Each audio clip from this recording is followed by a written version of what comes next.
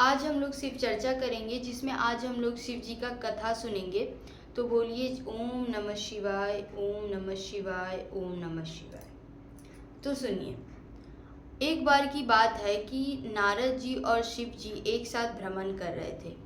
तो नारद जी ने शंकर भगवान से पूछा कि हे शिव गुरु, आपकी धरती लोक पर इतनी पूजा क्यों होती है?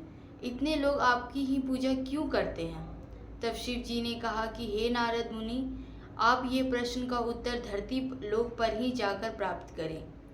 तो नारद मुनि ने एक मानव का रूप धारण कर गए और वहाँ पे उन्होंने जो सबसे पहले जिस जीव को जन्म होते देखा उनसे एक प्रश्न किया। तो सबसे पहले उसने एक कौवे के बच्चे को जन्म होते देखा। तो वे उसके पास गए और उसके कान में बोले कि यहाँ इस धरती लोक पर शिव जी की इतनी पूजा क्यों होती है।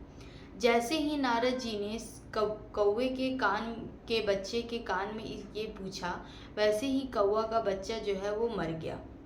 फिर वो शिव जी के पास आए और उन्होंने बोला कि हे शिव जी, हे शिव गुरु, जैसे ही मैंने उस बच्चे से, नवजात बच्चे से ये प्रश्न किया कि धरती लोक पर शिव जी की इतनी पूजा क्यों होती है, वो मर गया। तो आप मुझे ही इस प्रश्न का उत्तर बताएं। तो शिव जी ने फिर नारद मुनि से कहा कि नहीं, आप जाके धरती लोक पर ही इस प्रश्न का उत्तर ढूंढिए। फिर नारद मुनि मानव का रूप धारण कर धरती लोक पर आए और एक कुत्ते के बच्चा से पूछे, जो अभी ही जन्म लिया था, उसके कान में पूछे कि इस धरती लोक पर इतना शिव जी का पूजा आराधना क्यों किया जाता है। पूछते साथ ही कुत्ता का बच्चा मर गया। फिर नारद मुनि ने एक गाय के बच्चे से पूछा, जो कि अभी ही जन्म लिया था।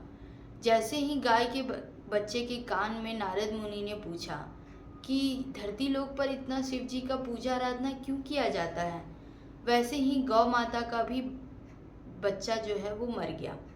तो नारद मुनि परेशान होकर फिर स्वर्गलोक में गए और शिव जी से पूछा कि हे प्रभु, आप ही मुझे इस प्रश्न का उत्तर दें। मैं जिनसे जिनसे पूछ रहा हूँ वो सारे बच्चे मर जा रहे हैं। तो शिव जी ने कहा कि हे नारद मुनि, आप एक और बार जाकर प्रयास करें और धरती लोक पर ही आपको इस प्रश्न का उत्तर मिलेगा। आप जाइए और दोबारा इस प्रश्न का उत्तर ढूंढने का प्रयास करिए।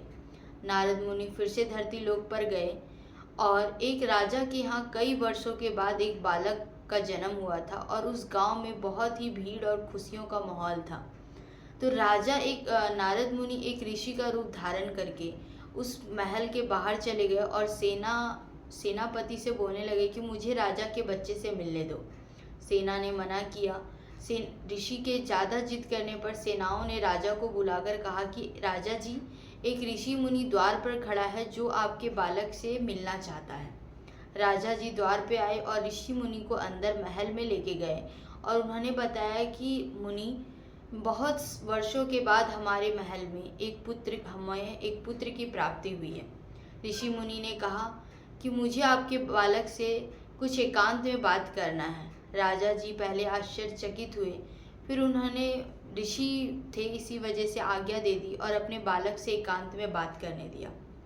जैसे ही नारद मुनि ने उस बालक के कान में पूछा कि ये धरती लोक पर इतना शिव जी का पूजा आराधना क्यों किया जाता है, तो उस बालक ने जवाब दिया कि हे मुनि, पहले मैंने कौवे के रूप में जन्म लिया था, फिर मैंने कुत्ते के बच्चे के रूप में जन्म लिया, फिर मैंने गौ के रूप में जन्म लिया और आपने मेरे 3 जन्मों को मोक्ष प्राप्त करवा दिया। जैसे ही मैंने जन्म लिया, आपने शिव जी का नाम लिया और मुझे मोक्ष प्राप्ति हो गई और मैं इस जन्म में मैंने मनुष्य के रूप में जीवन धारण किया है।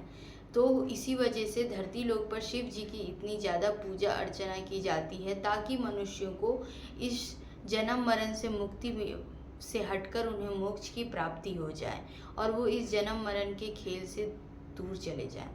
तो इसी वजह से सभी लोग को शिव चर्चा करना चाहिए, शिव जी का पूजा आराधना करना चाहिए और शिव जी को प्रतिदिन हो सके तो जल चढ़ाना चाहिए शिवलिंग पर। तो बोलो हर हर महादेव।